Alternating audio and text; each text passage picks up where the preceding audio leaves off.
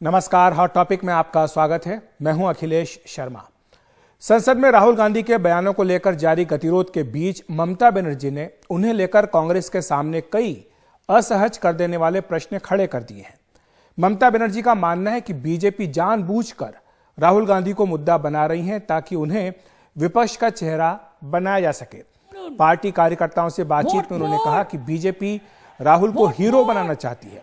वैसे ये बात राजनीतिक गलियारों में तैर रही है कि बीजेपी राहुल गांधी के बयानों पर संसद ठप कर आखिर क्या संदेश देना चाहती है। ममता बनर्जी को लगता है कि ये बीजेपी की रणनीति का हिस्सा है, क्योंकि अगर राहुल गांधी विपक्ष का चेहरा होंगे तो कोई भी प्रधानमंत्री मोदी पर निशाना नहीं साध सकेगा। विपक्षी एकता की कोशिशों को ममता बनर्जी पहले ही झटका दे चुकी हैं। उनकी मुलाकात अखिलेश यादव से हुई थी और जल्दी ही वे नवीन पटनायक से भी मिलने जा रही हैं। और जो हमला उन्होंने किया है, एक बार उस पर नजर डाल लेते हैं आखिर उन्होंने क्या क्या बातें कही हैं। ये कार्यकर्ताओं से वो बातचीत कर रही थी जिसमें उन्होंने ये राहुल गांधी पर अपना निशाना साधा है। उन्होंने कहा कि अगर राहुल विपक्ष का चेहरा बने तो पीएम मोदी पर निशाना साधना मुश्किल हो जाएगा। ये उनका कहना है कि वो विपक्षी पार्टियों को इकट्ठा नहीं कर सकते हैं। राहुल गांधी पीएम मोदी की सबसे बड़ी टीआरपी है, यानी पीएम मोदी बार बार राहुल गांधी को निशाने पर लेते हैं और इससे उन्हें फायदा होता है। बीजेपी नहीं चाहती कि संसद चले ताकि राहुल गांधी नेता बने, यानी बीजेपी ने ही राहुल गांधी के मुद्दे को इतना तूल दे दिया है कि राहुल गांधी का जो क्लाउट है, जो उनका असर है, प्रभाव है, वो बढ़ जाए। बीजेपी राहुल गांधी को हीरो बनाना चाहती है, इसीलिए बीजेपी बार बार संसद नहीं चलने दे रही ताकि राहुल गांधी ही फोकस में रहे, विपक्ष का कोई अन्य नेता ना रहे। और बीजेपी के आगे कांग्रेस झुकती है, ये उन्होंने आरोप लगाया है।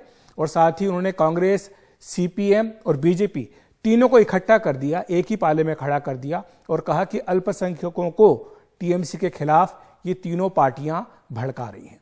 और ममता बनर्जी नाराज क्यों हैं कांग्रेस से, खासतौर से, उसका भी एक कारण है। मुर्शिदाबाद में हाल ही में विधानसभा का उपचुनाव हुआ जिसमें कांग्रेस पार्टी की जीत हुई और इसके बाद से ममता बनर्जी भड़की हैं। उन्होंने कहा कि ये बीजेपी, कांग्रेस और सीपीएम तीनों अंदर खाते मिले हुए थे, इसलिए वहां पर कांग्रेस जीती। और वो ये भी आपको बता दें कि चाहे कांग्रेस हो चाहे टीएमसी हो, दोनों ही एक दूसरे पर बीजेपी की कठपुतली होने का आरोप लगाते हैं। और बीजेपी के खिलाफ जो संयुक्त विपक्ष को लेकर बातचीत चल रही थी वो भी अब एक तरह से टूट गई है, क्योंकि ममता बनर्जी ने अगला लोकसभा चुनाव अकेले ही लड़ने का ऐलान किया है। उधर कांग्रेस के अधीर रंजन चौधरी, जो पश्चिम बंगाल कांग्रेस के भी अध्यक्ष हैं, वो ममता बनर्जी के सख्त खिलाफ हैं और ये भी कांग्रेस और टीएमसी के बीच में मतभेद की एक बड़ी वजह है। तो यही सारे मुद्दे पर आज बातचीत करने के लिए हमारे साथ दो खास मेहमान मौजूद हैं। स्वयं पुरोहित जी हैं जो कि टीएमसी के प्रवक्ता हैं, साथ ही सुरेंद्र राजपूत हैं जो कि कांग्रेस पार्टी के प्रवक्ता हैं। आप दोनों का बहुत बहुत स्वागत है एनडीटीवी इंडिया पर। सबसे पहले स्वयं जी मैं आपके पास आना चाहूंगा, आपसे यह समझना चाहूंगा कि आखिर क्या कारण है कि ममता दीदी इतनी ज्यादा नाराज हैं कांग्रेस से और वो भी खासतौर से राहुल गांधी से। देखिए, नाराजगी की कोई वजह नहीं है। मुख्य मुद्दा क्या है, आप देखिए 2014 का चुनाव हो चाहे 2019 का चुनाव हो, भारतीय जनता पार्टी अपने विपक्ष के अंदर में एक ऐसे व्यक्ति को रखना चाहती है जिसकी बात का कोई औचित्य नहीं रह जाता है। राष्ट्रीय पटल पर आप देखिए 2014 के चुनाव में भी इन्होंने राहुल गांधी को विपक्ष का बड़ा चेहरा देकर के राहुल गांधी वर्सेस मोदी किया। 2019 भी वही हुआ। भारतीय जनता पार्टी चाहती है, आप देखिए अभी कुछ दिनों पहले विदेश में कही हुई बात, अगर राहुल गांधी कोई बात विदेश में कहकर आते हैं उसके लिए संसद नहीं चलने दी जाती है।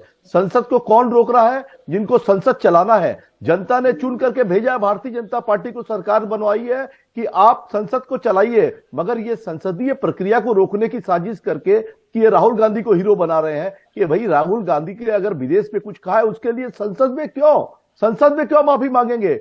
रही बात जांच की, अडानी की, तो हम भी बात कर रहे हैं, हम जेपीसी की बात नहीं करते। जेपीसी में भारतीय जनता पार्टी के ज्यादा लोग हैं। हम चाहते हैं कि सुप्रीम कोर्ट पर हमें आस्था है, विश्वास है, तो सुप्रीम कोर्ट इसकी जांच करे और संसद चलना चाहिए, संसद में अच्छी बहस होनी चाहिए। यही संसदीय तरीका है, संसदीय प्रणाली का तरीका है। मगर अभी क्या हो रहा है, देखिए विपक्ष और पक्ष दोनों भारतीय जनता पार्टी चुन रही है। भारतीय जनता पार्टी चाहती है कि भाई हमारा विपक्ष राहुल गांधी बन जाए, जबकि राहुल गांधी क्या है, राहुल गांधी कांग्रेस पार्टी के एक साधारण से एक मेंबर ऑफ पार्लियामेंट है, उसके अलावा राहुल गांधी, मगर ये लोग उनको बना के रखना चाहते हैं। राहुल गांधी ने 2019 में अपना हाथ जोड़ लिया कि भाई हमें अध्यक्ष पद नहीं चाहिए, आप लोग संभालिए। 2019 के बाद जाकर के 2022 अंत में खड़गे जी को अध्यक्ष बनाया जाता है।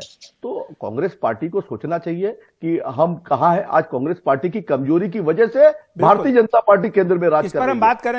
बात करेंगे, लेकिन सुरेंद्र राजपूत जी हमारे साथ है, कांग्रेस के प्रवक्ता, उनका जवाब ले लेते हैं। राजपूत साहब, आपने सुना पुरोहित जी को, कह रहे हैं कि राहुल गांधी को इतना ज्यादा गंभीरता से क्यों लिया जा रहा है, जबकि कांग्रेस पार्टी पूरी तरह से उनके पीछे खड़ी है।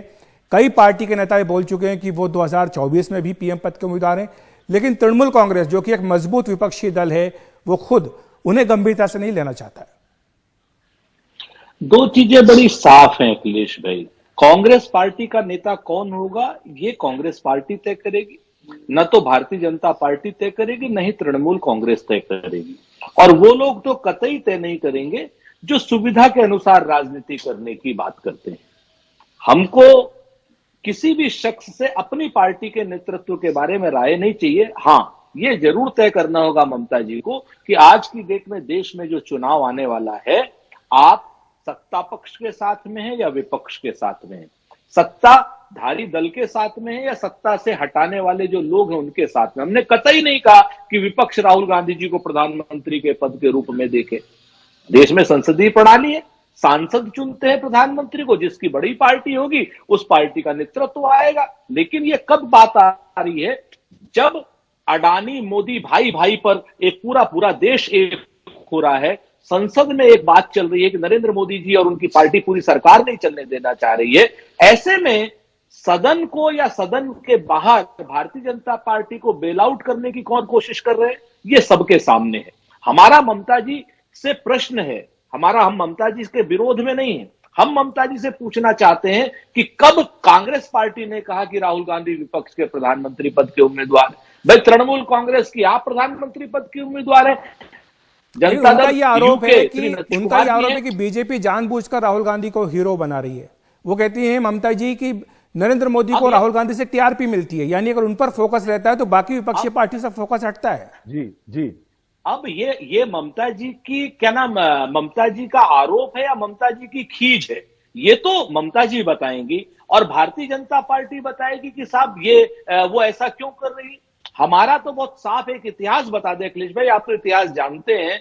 आजादी से लेकर के आज तक अकेली पार्टी कांग्रेस पार्टी है जिसने भारतीय जनता पार्टी, जनसंघ, हिंदू परिषद, रामराज परिषद, किसी से आज तक किसी तरीके का प्रत्यक्ष या परोक्ष कभी कोई सरोकार नहीं रखा। हमारी राजनीति सांप्रदायिकता के विरोध में है।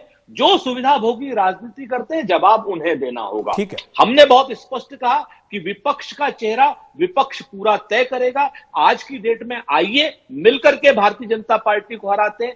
मायावी पार्टी है, मायावी लोग हैं, बड़े लोग हैं, कोई माथे पे तीर मारे, कोई कंधे में तीर मारे, कोई टांगों पे तीर मारे, और राहुल गांधी नाभि में मायावी लोगों की तीर मारेंगे। इसमें कौन सी दिक्कत है? यहां पर हमें ममता जी बताएं कि हमने कब कहा कि राहुल गांधी विपक्ष के प्रधानमंत्री। बिल्कुल, ये सवाल पुरोहित जी से पूछ रहे थे।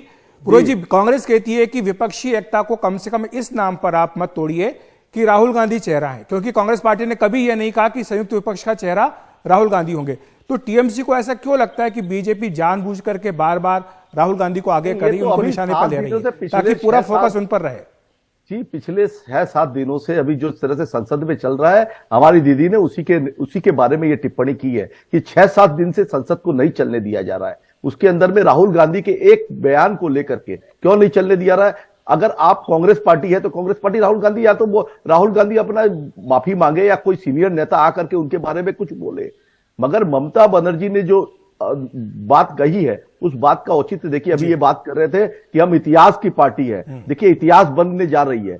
आज इतिहास की पार्टी जो 414 सीट से 40 सीटों में सिमट गई है, यह इतिहास की पार्टी है। इनकी वजह से ही भारतीय जनता पार्टी बढ़ी है। इनके 460 से ज्यादा नेता पार्टी छोड़ के चले गए हैं राहुल गांधी के कार्यकाल में। इनकी सरकारें बनती है, ये संभाल नहीं पाते हैं, इनके एमएलए चले जाते हैं, बीजेपी की सरकार बना देते हैं। तो कौन है बीजेपी की बी टीम, आपको देखना पड़ेगा। आप देखिए, बंगाल के अंदर में अभी कुछ दिनों पहले एक चुनाव हुआ सागर दिघी में। मैं आपको दे रहा हूं समय, राजपूत जी, इनको अपनी बात पूरी करने दीजिए। जी पुरोहित जी। सागर दिघी के अंदर में चुनाव होता है। देखिए, अधीर रंजन चौधरी, शुभेंदु अधिकारी जो भारतीय जनता पार्टी के नेता है, अधीर रंजन चौधरी, वो लोग आपस में मिल करके बहुत सी एक सीट के अंदर में बीजेपी छोड़ देगी, 45,000 वोट सिमट के चले जाते हैं, 20,000 बीजेपी के, 24,000। तो ये स्थिति है। भारतीय जनता पार्टी, कांग्रेस और सीपीएम तीनों मिल करके दीदी को हराने का, तो इनको ये सोचना है। इनकी नीति देखिए, बंगाल में ये वामपंथियों का विरोध करते साथ देते हैं और त्रिपुरा में वामपंथियों का विरोध करते हैं। इनकी खुद की क्या नीति है? वामपंथियों का साथ लिया था त्रिपुरा में उन्होंने। जी जी सुविधावादी त्रिपुरा में। राजपूत जी मैं आपको बताना चाहूंगा, वो ये कह रहे हैं कि कांग्रेस पार्टी इतिहास की बात ना करे क्योंकि वो इतिहास होने जा रही है। उनके पास पूरे आंकड़े हैं कि जब से राहुल गांधी मुख्य चेहरा बने तब से कब कब कांग्रेस पार्टी कितनी कितनी सीटें हार चुकी है, कितने विधानसभा चुनाव हारे, सांसद उनके कहां से कहां पहुंच गए। तो एक तरह से उन्हें कांग्रेस की नेतृत्व में विश्वास नहीं है। उन्हें लगता है कि कांग्रेस विपक्षी पार्टियों की अगुवाई नहीं कर सकती। जी सही है। दो बातें बड़ी साफ है अखिलेश जी। मैं साफ साफ कहता हूं आपसे कि एक बात बहुत साफ जान लीजिए, कहते हैं ना कि वक्त आने पर बता देंगे तुझे आसमां, जी बताएं है। ये आज की डेट में जो परिस्थितियां बन रही हैं देश में, इसको लेकर के ममता जी अपनी राय स्पष्ट करें।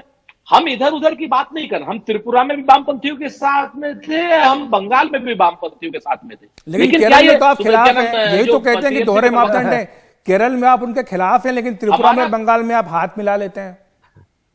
नहीं, हम बिल्कुल मिलाएंगे हाथ, चूंकि भारतीय जनता पार्टी से लड़ने के लिए कौन है? जितनी भी लेकिन बंगाल में ममता जी से भी, बंगाल में कहां बीजेपी से मुकाबला हो रहा था? बंगाल में तो आप ममता बनर्जी के खिलाफ आपने हाथ मिलाया था। इसी बात की तो शिकायत है उन्हें। सुविधावादी कौन है ना? हमने अरे भाई बीच में मत बोलिए सर, मैं आपसे देखिए आराम से बात करें ना। काहे को हम लोग सुविधावादी कौन है ये बता दीजिए से क्यों बात कर रहे हैं?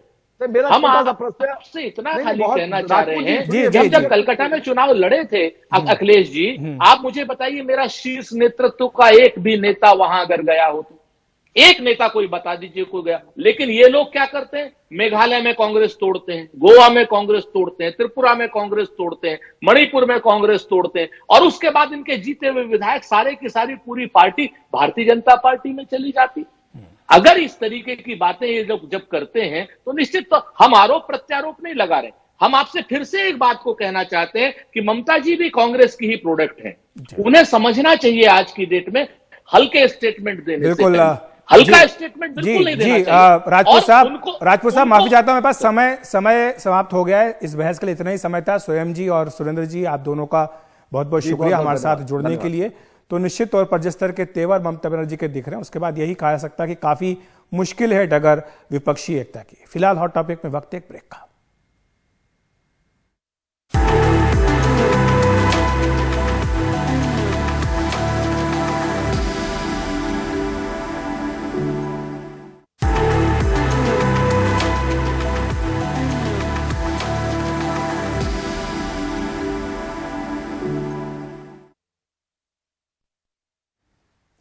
जापान के प्रधानमंत्री फुमियो किशिदा भारत के दौरे पर हैं। उनकी प्रधानमंत्री नरेंद्र मोदी के साथ बैठक हुई। रक्षा, व्यापार, निवेश और उच्च तकनीक को लेकर इस बैठक में अहम चर्चा भी हुई। इस दौरान भारत की अध्यक्षता में चल रहे G20 और जापान में होने जा रहे G7 की बैठकों पर भी बातचीत हुई। लेकिन शाम को बहुत दिलचस्प नज़ारा दिखा जब दिल्ली के बुद्ध जयंती पार्क में प्रधानमंत्री नरेंद्र मोदी और जापान के प्रधानमंत्री फुमियो किशिदा गोलगप्पे खाते नजर आए।